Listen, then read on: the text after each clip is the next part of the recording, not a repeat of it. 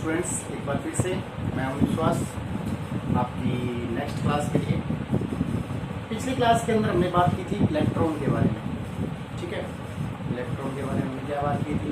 Electron की खोज किसने की, उसका नाम किसने दिया, किसने की थी? जे थॉमसन ने। नाम किसने दिया था?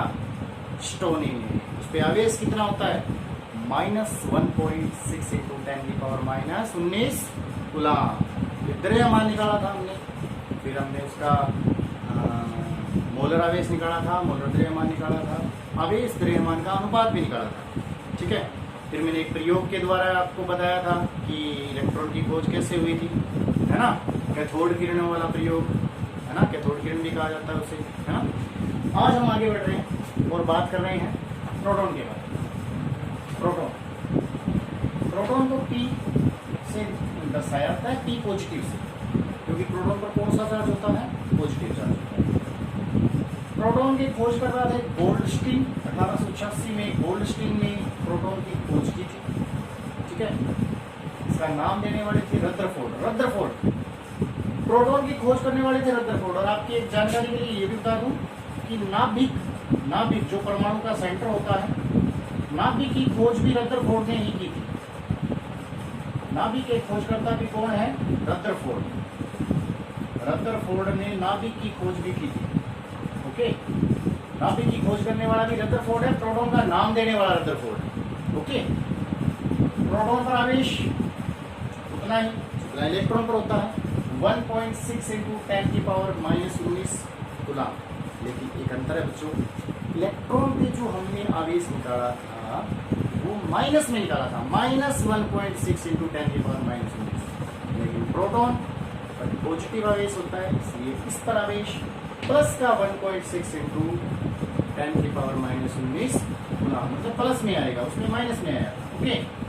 मोलर आवेश की अगर बात करें तो जैसे कि मैंने पिछली क्लास में आपको अच्छी तरह समझाया था कि एक मोल का आवेश जब भी निकालेंगे तो आवेश को अवागाद्रो संख्या से मल्टीप्लाई कर देंगे। अवागाद्रो संख्या, नंबर ऑफ अवागाद्रो कितना होता है? 6.02 × 10⁻23। ये फिक्स मान होता है, फिक्स वैल्यू होती है अवागाद्रो संख्या। तो जब प्रोटॉन के आवेश को अवागाद्रो संख्या से गुणा किया तो 96,500 कूलम आया लगभग, जिसे क्या कहा जाता है? एक फेराडे भी कहा जाता है। यही वैल्यू आपको याद हो तो इलेक्ट्रॉन के, तो आप दोनों को कंपेयर करके अगर वो याद है तो ये याद करना इजी हो जाएगा, है ना। वही तो है, आवेश उसका भी इतना ही था, इसका भी इतना, सिर्फ माइनस प्लस का ही तो चक्कर है। वो में याद रहता ही है, क्योंकि इलेक्ट्रॉन पर नेगेटिव होता है इसलिए माइनस लगा दिया, प्रोटॉन पर पॉजिटिव होता है इसलिए पॉजिटिव लगा दिया। मोलर आवेश, एक मोल के लिए आपको बताया था अवागाद्रो संख्या से गुणा कर दो, तो इसी वैल्यू का अवागाद्रो संख्या से गुणा कर दो। वहां पर भी ऐसा ही किया था, वैल्यू सेम आई थी। हाँ, द्रव्यमान उसका अलग था, वहाँ पे 9.1 × 10⁻⁻36 था। यहाँ पे इसका द्रव्यमान 1.6 × 10⁻27 किलोग्राम। ग्राम में बदलेंगे 10⁻24 हो जाएगी, 10⁻24 हो जाएगी। अंतर है द्रव्यमान में, अंतर है इसके। मोलर द्रव्यमान क्या निकला? जहाँ पे मोलर नाम आया अवागाद्रो संख्या से गुणा कर दो, तो द्रव्यमान को अवागाद्रो संख्या से फिर से गुणा कर दिया। अब की बार वैल्यू है 1.0070 ग्राम, क्योंकि मैंने ये ग्राम में लिया था ना, वो किलोग्राम ग्राम किसी में ले सकते हैं, ग्राम में ली, फिर अवागाद्रो संख्या से गुणा किया तो मोलर द्रव्यमान इतना आ गया इसका, ओके। फिर इसका विशिष्ट आवेश निकाल लिया। विशिष्ट आवेश क्या होता है? इलेक्ट्रॉन का विशिष्ट आवेश कैसे निकाला था हमने? आवेश और द्रव्यमान का अनुपात ही विशिष्ट आवेश कहलाता है। सेम यहाँ पर किया, विशिष्ट आवेश मीन्स आवेश और द्रव्यमान का अनुपात। हमें पता है आवेश इतना है, द्रव्यमान इतना है, दोनों का भाग कर दिया, डिवाइड कर दिया दोनों को, तो हमारे पास एक वैल्यू आ गई जो प्रोटॉन का विशिष्ट आवेश कहलाता है। जैसे इलेक्ट्रॉन का विशिष्ट आवेश, जैसे प्रोटॉन का विशिष्ट आवेश, ओके। तो ये सारी चीजें हमने वहां पे इलेक्ट्रॉन में भी निकाली थी, प्रोटॉन में निकाली, इन दोनों को साथ जोड़ के देखा, ठीक है। प्रयोग तो जो इसका किया गया था उसके जैसा ही, थोड़ा सा डिफरेंस है। वहां पर कुछ कण कैथोड से एनोड की ओर जा रहे थे और एनोड के पीछे लगे जटनस की जो परत थी उस पर स्फुटित उत्पन्न कर रहे थे, हरे रंग का प्रकाश। यहाँ पर उसने क्या देखा कि छिद्रदार कैथोड युक्त विसर्जन नलिका जो निर्वात नली वहां पे की गई थी, सेम यहाँ पर आपने पिछली क्लास में अगर पढ़ा है तो वहां पे जो विसर्जन नलिका निर्वात नली थी सेम यहाँ पर है, बस कैथोड युक्त, छिद्रदार कैथोड युक्त है इस बार, छिद्रदार कैथोड युक्त है कि नहीं, ये डिफरेंस है। तो छिद्रदार कैथोड युक्त नलिका लेते हैं और वही उच्च विभव लगभग हमने 10,000 वोल्ट दिया था, निम्न दाब लगभग 10⁻⁴ एटीएम हमने दाब लिया था।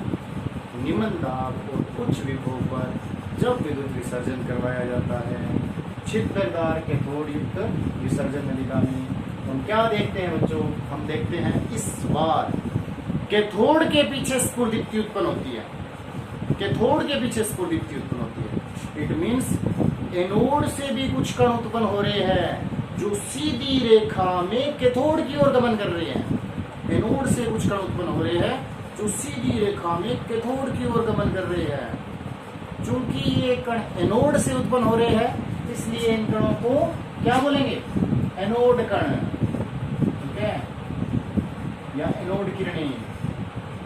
इन्हें केनाल किरणें भी कहा जाता है बच्चों, और इन्हें क्या कहा जाता है, केनाल किरणें भी कहा जाता है। एनोड किरणें या केनाल किरणें भी इनको कहा जाता है। तो कुछ कण जो एनोड से चले और कैथोड की ओर जा रहे हैं, चूंकि एनोड से उत्पन्न हो रहे हैं, पॉजिटिव से उत्पन्न हो रहे हैं, इसलिए इनको क्या कहा गया, प्रोटॉन कहा गया। ओके, समझ में आ रही है बात, इसलिए इन्हें एनोड किरणें या केनाल किरणें कहा गया। ठीक है,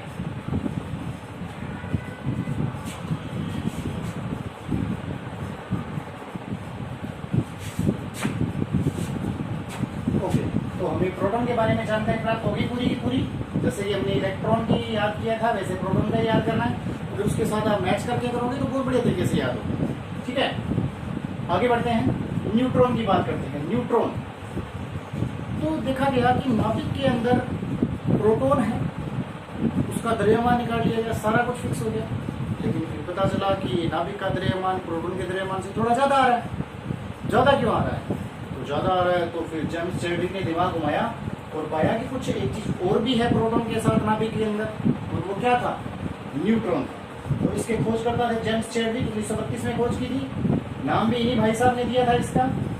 न्यूट्रॉन पर कोई आवेश नहीं होता, इसका आवेश 0 होता है, ये वैद्युत उदासीन है, वैद्युत उदासीन है, इसके ऊपर किसी प्रकार का चार्ज नहीं होता। वैद्युत उदासीन कण है न्यूट्रॉन, वैद्युत उदासीन है न्यूट्रॉन, किसी प्रकार का चार्ज नहीं होता, शून्य होता है इसके आवेश। तो मोलर आवेश ऑटोमेटिक शून्य हो जाएगा, क्योंकि अवागाद्रो संख्या से गुणा करके निकालते हैं। तो 0 से तो किसी भी संख्या को गुणा करो 0 ही आना है। हाँ, द्रव्यमान इसका था, कितना था, 1.6 × 10⁻⁻23 kg, यानी कि इससे थोड़ा सा ज्यादा, प्रोटॉन से थोड़ा ज्यादा न्यूट्रॉन का द्रव्यमान था। इसका 672 था, 1.675 है, थोड़ा ज्यादा। ठीक है, तो न्यूट्रॉन का द्रव्यमान प्रोटॉन से ज्यादा था, या ये कह सकते हैं कि न्यूट्रॉन का द्रव्यमान सबसे ज्यादा है। मतलब इलेक्ट्रॉन का तो सबसे कम था द्रव्यमान, प्रोटॉन का उससे ज्यादा, और न्यूट्रॉन का सबसे ज्यादा। तो सबसे भारी मूल कण है ये न्यूट्रॉन। ओके, मोलर द्रव्यमान इसका कैसे निकालेंगे, तो द्रव्यमान को मल्टीप्लाई कर दो अवागाद्रो संख्या से। वही बात, किसी भी संख्या के लिए 1 मोल के लिए निकालते हैं तो उसको अवागाद्रो संख्या से मल्टीप्लाई किया जाता है। तो मल्टीप्लाई करके हमने और इसका मोलर द्रव्यमान निकाल लिया। तो इस प्रकार हमें पता चल गया इलेक्ट्रॉन, प्रोटॉन और न्यूट्रॉन के बारे में, तीनों चीजों के बारे में हमने विस्तृत अध्ययन किया है। विस्तृत बोले तो जितना एग्जाम में आता है उतना। ठीक है, इनसे बार क्वेश्चन नहीं जाना चाहिए इलेक्ट्रॉन, प्रोटॉन, न्यूट्रॉन पर, क्योंकि इसके अंदर ज्यादातर इनके खोजकर्ता है, इनका आवेश, द्रव्यमान, अगर ऑब्जेक्टिव पूछेंगे तो ये पूछेंगे। ठीक है, ऑब्जेक्टिव क्वेश्चन ये पूछे जाते हैं इन टॉपिक पर, इलेक्ट्रॉन, प्रोटॉन, न्यूट्रॉन पर छोटे क्वेश्चन पूछे जाते हैं।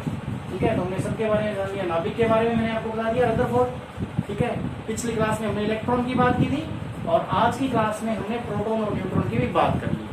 तो परमाणु के अंदर जो 3 कण पाए जाते हैं, इलेक्ट्रॉन, प्रोटॉन, न्यूट्रॉन, तब उनकी लगभग जानकारी हमें पता है कि वो कहाँ होते हैं और क्या क्या उनका आवेश होता है, क्या उनका द्रव्यमान होता है, किन लोगों ने इनके बारे में बताया था, उनके दूसरे नाम क्या है। जैसे इलेक्ट्रॉन का दूसरा नाम कैथोड कण कहा था हमने, और यहाँ पे प्रोटॉन का जो दूसरा नाम है वो हमने एनोड किरणें या केनाल किरणें, इनसे प्राप्त होता है। तो एनोड कण कह सकते हैं इनको, क्योंकि पॉजिटिव से निकलते हैं, पॉजिटिव से उत्पन्न होते हैं। वो नेगेटिव से उत्पन्न हुए थे, कैथोड से उत्पन्न हुए थे, इसलिए उन्हें कैथोड कण कहा गया था। न्यूट्रॉन कोई चार्ज ही नहीं होता, किसी प्रकार का आवेश नहीं होता, तो न्यूट्रॉन ही बोलते हैं इसको। जेम्स चैडविक भाई साहब ने बताया था द्रव्यमान इतना है, मोलर द्रव्यमान अवागाद्रो संख्या से गुणा करके निकाल लेते हैं। तो इस प्रकार हमने इलेक्ट्रॉन, प्रोटॉन, न्यूट्रॉन की जानकारी प्राप्त हो गई।